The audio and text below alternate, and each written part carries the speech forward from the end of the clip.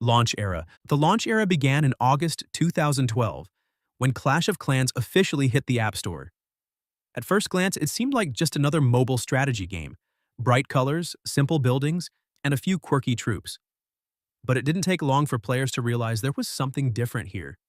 Clash of Clans offered something most mobile games didn't: persistence. Your village didn't reset after every match, every wall you placed, every troop you unlocked. It was yours to keep and grow over time.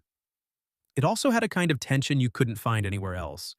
This wasn't a game of quick 2-minute rounds. Clash of Clans was a slow burn. You'd spend hours upgrading a single building, days saving up for a big upgrade, and sometimes weeks planning out the perfect base. Progress felt meaningful because it was earned, not handed to you. The early days were filled with discovery. Players experimented with all sorts of wild base layouts, sometimes putting defenses in the corners, other times stacking everything in the middle with a maze of walls. Nobody had figured out the best way to build yet, so every base you attacked was a surprise.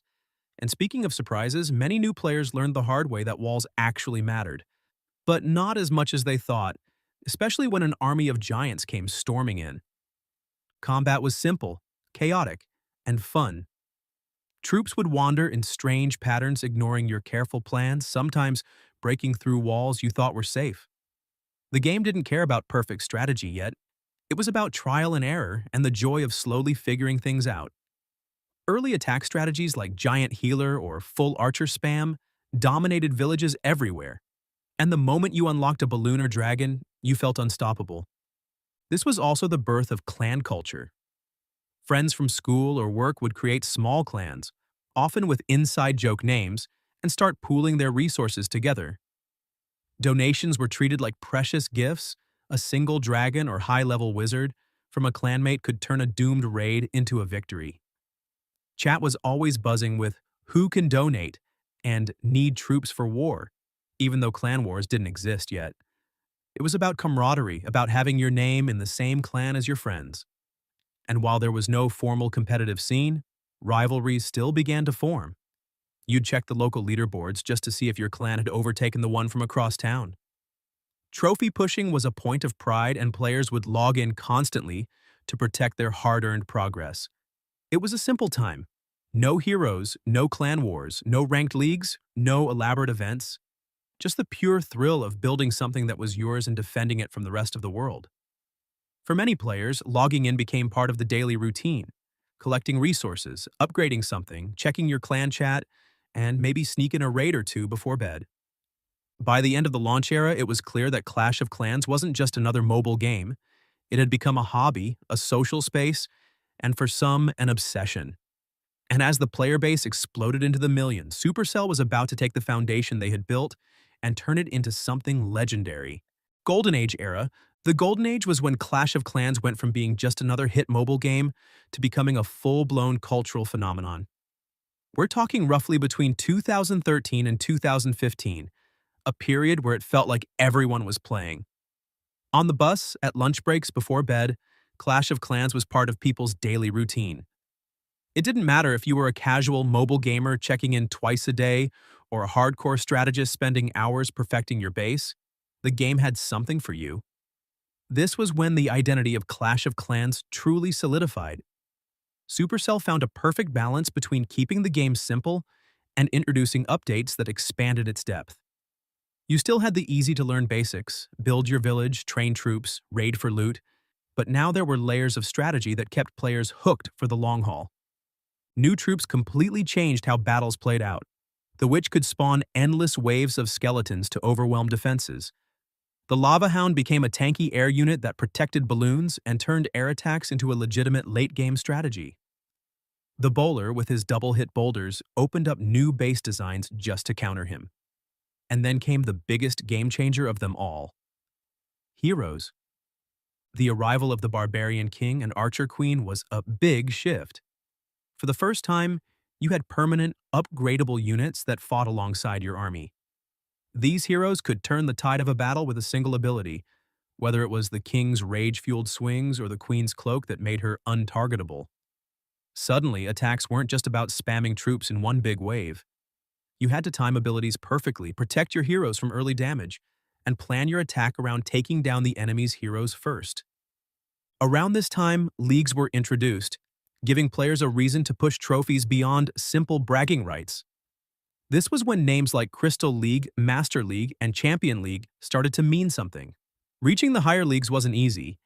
You needed planning, precise execution, and the patience to grind. But when you got there, you earned rewards and, more importantly, respect. High league players were the ones everyone in the clan looked up to, the ones whose bases you'd study for ideas. Clan culture also evolved dramatically during this period. At launch, clans were just casual hangouts for friends. By the Golden Age, they had become structured, competitive groups. Recruitment was no longer join if you want. It was an actual process. Leaders wanted active, high-performing members who would donate regularly, show up for wars, and help the clan grow. And in 2014, everything changed again with the Clan Wars update. Clan Wars turned Clash of Clans from an individual experience into a true team sport. Suddenly, your success didn't just depend on your own raids, it depended on the performance of your entire clan. Planning Day was a time for strategy discussions, base scouting, and debates about attack order. War Day was pure adrenaline. You'd watch your clanmates launch attacks in real time, cheer for 3-star victories, and nervously hold your breath when a war came down to the final few raids. Winning meant more loot, but it also meant something much bigger: bragging rights over another clan somewhere in the world. Outside of the game itself, Clash of Clans was dominating YouTube and social media. Creators like Chief Pat, Galadon, and Clash with Cam became community celebrities. Strategy guides, attack replays, and war breakdowns were shared daily. If you wanted to improve, the knowledge was out there, and the community was thriving. Millions of players were learning, experimenting, and sharing ideas together. This was also when Clash of Clans broke into mainstream culture. Supercell ran massive marketing campaigns, including commercials during the Super Bowl, an unheard-of move for a mobile game at the time. The now iconic Revenge ad featuring Liam Neeson went viral, introducing the game to millions more players and cementing it as more than just an app. It was a pop culture moment. For many players, this was the peak. The game felt alive. Every update was exciting, every war was thrilling, and every day brought new goals. Your clan chat was always buzzing, donations were flying back and forth, and friendly challenges could last late into the night. But like all golden ages, it couldn't last forever. The player base was growing more skilled, strategies were becoming more refined, and the game was slowly shifting from a casual builder to something much more competitive. And that shift, from building for fun to playing for perfection, would lead directly into the next phase of Clash of Clans history: Competitive Era. The Competitive Era was when Clash of Clans truly crossed the line from being a fun, social builder game into a highly refined competitive strategy experience. We're talking about the period from roughly late 2015 through 2017, a time when the skill gap between casual and hardcore players became crystal clear. In the Golden Age, you could still win wars with creative but imperfect strategies. In the Competitive Era, that was no longer enough. Every star mattered, every troop placement counted, and the clans that took the game seriously started pulling ahead in ways that felt impossible to catch. By now, players had mastered attack fundamentals. The days of sloppy deployments were over. Elite war clans knew the exact number of wall breakers needed to crack an opening. They knew the path a queen would take 5 buildings in advance. The concept of funneling, clearing specific buildings to guide your troops where you wanted them, became a standard skill instead of an advanced trick. Supercell kept fueling the competitive fire with new features. The Grand Warden was introduced, giving players a third hero and adding another layer of complexity to both attack planning and base defense. The Town Hall 11 update was huge, bringing not just the Warden but also new defensive structures like the Eagle Artillery, which completely changed how attackers approached raids. You couldn't just drop your army in one big wave anymore. You had to think about triggering and disabling that massive cannon before it wiped you out. This was also the era when base building became an art form. Every upgrade brought new possibilities for defensive layouts, and competitive clans started running anti-3-star bases, designed specifically to force attackers into settling for 2 stars. Suddenly, scouting an enemy base became a puzzle to solve, with teams spending hours analyzing replays and predicting traps. Clan wars also evolved. Instead of casual participation, top clans demanded war discipline. Miss an attack? You were out. Use the wrong army? Expect a lecture. Planning day was no longer just chatting in clan chat. It became a full-blown strategy meeting, with the leaders assigning specific targets to each player based on their strengths. And while the game didn't yet have a full-blown in-game esports scene, competitive play was thriving in unofficial tournaments. Communities formed around elite war matchups, with clans like One Hive and Dark Looters becoming legends. Entire YouTube channels were dedicated to war recaps, base breakdowns, and attack tutorials. Players weren't just trying to win wars anymore, they were chasing perfection.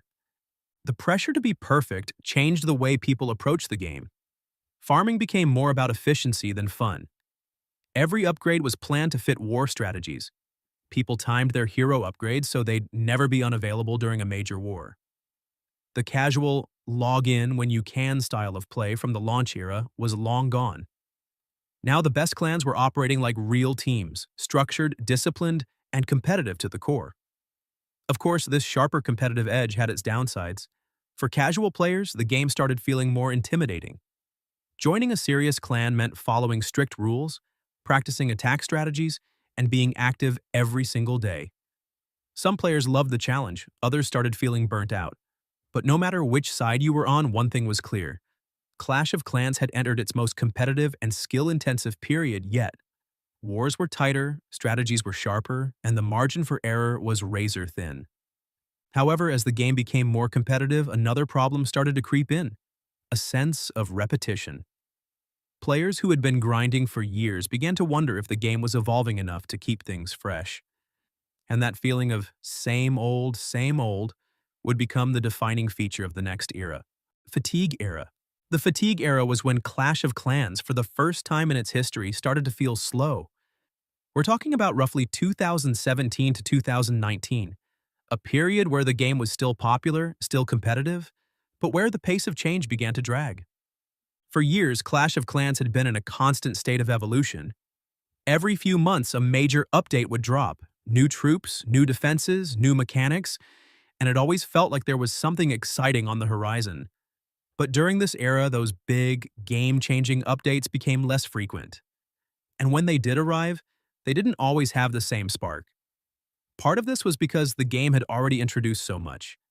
By now, we had 3 heroes, 11 town halls, a deep war scene, and countless troop combinations. The player base was more skilled than ever, but also more demanding. When an update didn't shake up the meta in a meaningful way, people noticed, and they complained. The introduction of Builder Base in 2017 was one of the biggest attempts to bring fresh life to the game. It was essentially a second village with its own rules, troops, and strategies. For some, it was a breath of fresh air, a new puzzle to solve. For others, it felt like a distraction from the main game.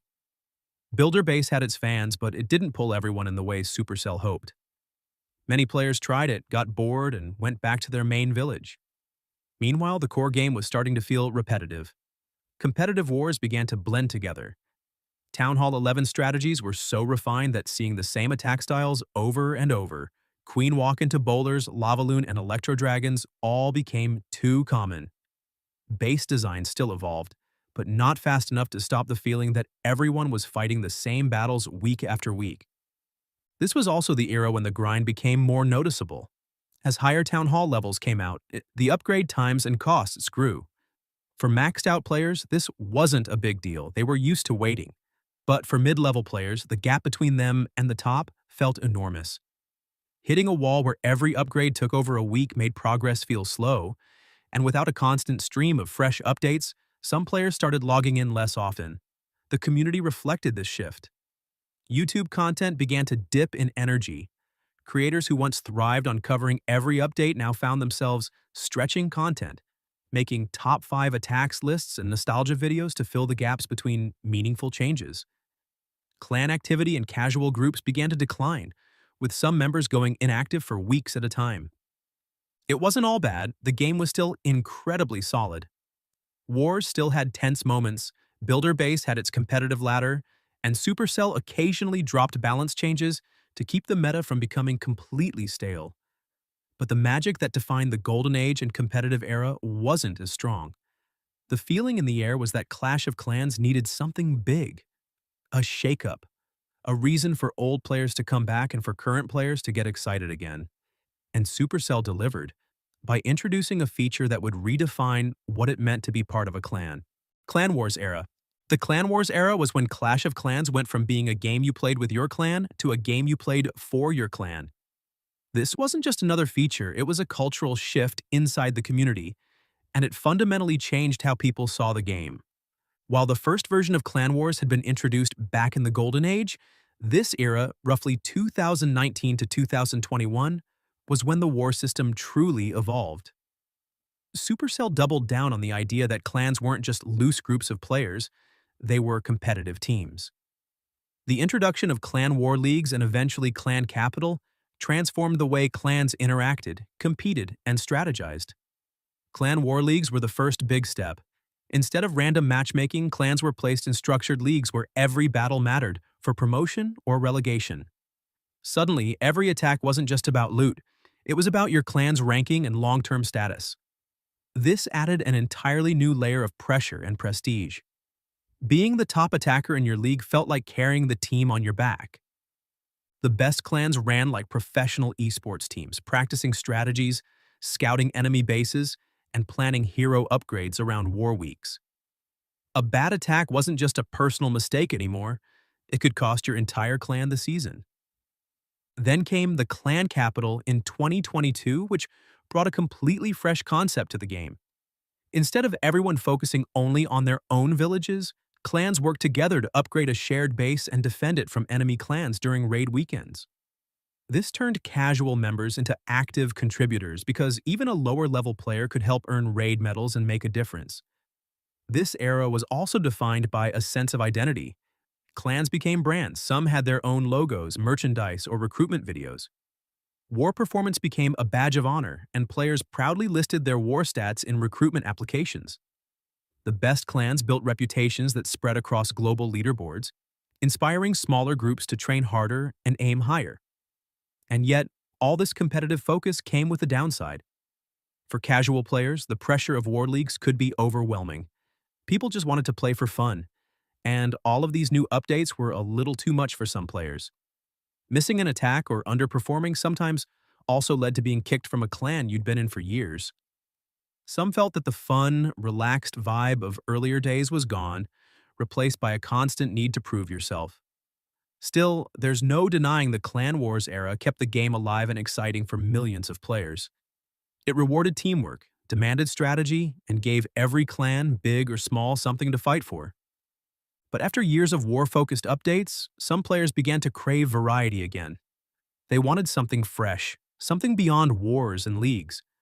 And as Supercell looked ahead, they decided it was time to modernize the game, streamline old systems, and bring Clash of Clans into a new age. Modern era. The modern era of Clash of Clans is where the game stands today, a decade after launch, yet still finding ways to stay alive in an ever-changing gaming world. This era began around 2022 and continues into the present, marked by a mix of bold new features, quality of life improvements, and a shift in how both competitive and casual players interact with the game. One of the biggest changes was the clan capital, which redefined what it meant to play as a team. Suddenly, even the most casual players, the ones who log in for just a few minutes a day, had a way to make a meaningful impact. You didn't need max heroes or perfectly upgraded walls to contribute. All it took was showing up on raid weekends, dropping a few well-placed troops, and earning raid medals for your clan. It was inclusive in a way wars weren't, bridging the gap between the hardcore war veterans and the quieter, more relaxed members who just enjoyed the building side of the game. Alongside that, Supercell leaned heavily into season passes, hero skins, and custom scenery. These weren't just cosmetic fluff, they became a big part of the game's identity. For competitive players, the Gold Pass was a no-brainer for the faster upgrades and extra perks. For casuals, it was a way to collect cool, themed looks and make their village feel unique. Seeing someone with a rare skin from years ago became a badge of honor, sparking conversations and even a bit of envy. The modern era also brought faster progression. Supercell made huge cuts to upgrade times and costs, making it easier for returning players to catch up. This was a major win for casuals and lapsed players who no longer felt hopelessly behind the maxed-out warbases. Now, you could make meaningful progress without feeling like the grind would take years. For competitive players, this sped-up pace meant they could focus more on fine-tuning attack strategies instead of just waiting for builders to finish. Events and challenges became another major part of the game's DNA. From seasonal troop challenges to limited-time attack modes, there was almost always something new to try. For the hardcore crowd, these events were opportunities to test new strategies and earn rewards. For casuals, they were a reason to log in for a quick, fun change of pace. The best part? Many of these challenges gave solid loot bonuses, making them worth doing even for players who didn't care much about leaderboards. The modern era also embraced a friendlier competitive environment. While high-level clan war leagues were still as intense as ever, there were now more pathways for mid-tier and casual clans to compete without being crushed by the top 1%. Features like practice mode, improved clan search, and more balanced matchmaking meant that smaller clans could still enjoy competition without the constant feeling of being outclassed. Socially, the game has shifted too. In the early days, clans were often just groups of friends. In the modern era, clans have become more diverse, with hardcore and casual players coexisting under one banner. Some members might be grinding daily for war perfection, while others log in once every couple of days just to collect resources and chat. This mix has given clans more personality, and leaders now have tools to manage activity without alienating the more laid-back players. On the content side, Clash of Clans YouTube and Twitch communities have evolved as well. Strategy breakdowns and 3-star attack guides still thrive, but there's been a big rise in casual entertainment content, fun challenges, meme attacks, and village design showcases. This mirrors the player base itself. Not everyone is chasing perfection, but everyone wants to enjoy the game in their own way. And for returning players, the modern era is surprisingly welcoming. Between the reduced grind, the variety of activities, and the ability to contribute without maxing everything, it's easier than ever to pick up where you left off. Whether you're someone who spends hours perfecting hybrid attacks or someone who just enjoys upgrading walls while watching TV, the game has a place for you. Still, the modern era isn't without its challenges. Some players feel the game is leaning too heavily into cosmetics. Others believe that without major, game-changing updates, the magic of earlier eras will never fully return. But despite these criticisms, Clash of Clans remains one of the few mobile games to not just survive for over a decade, but to remain genuinely active and profitable. For many, the modern era is a comfortable balance, a version of Clash that respects both the hardcore grinders and the casual builders. It's not the chaotic experiment of the launch era or the cultural peak of the Golden Age, but it's a stable, polished game that continues to adapt. And in the unpredictable world of mobile gaming, lasting this long without losing its core identity might just be Clash of Clans' greatest achievement.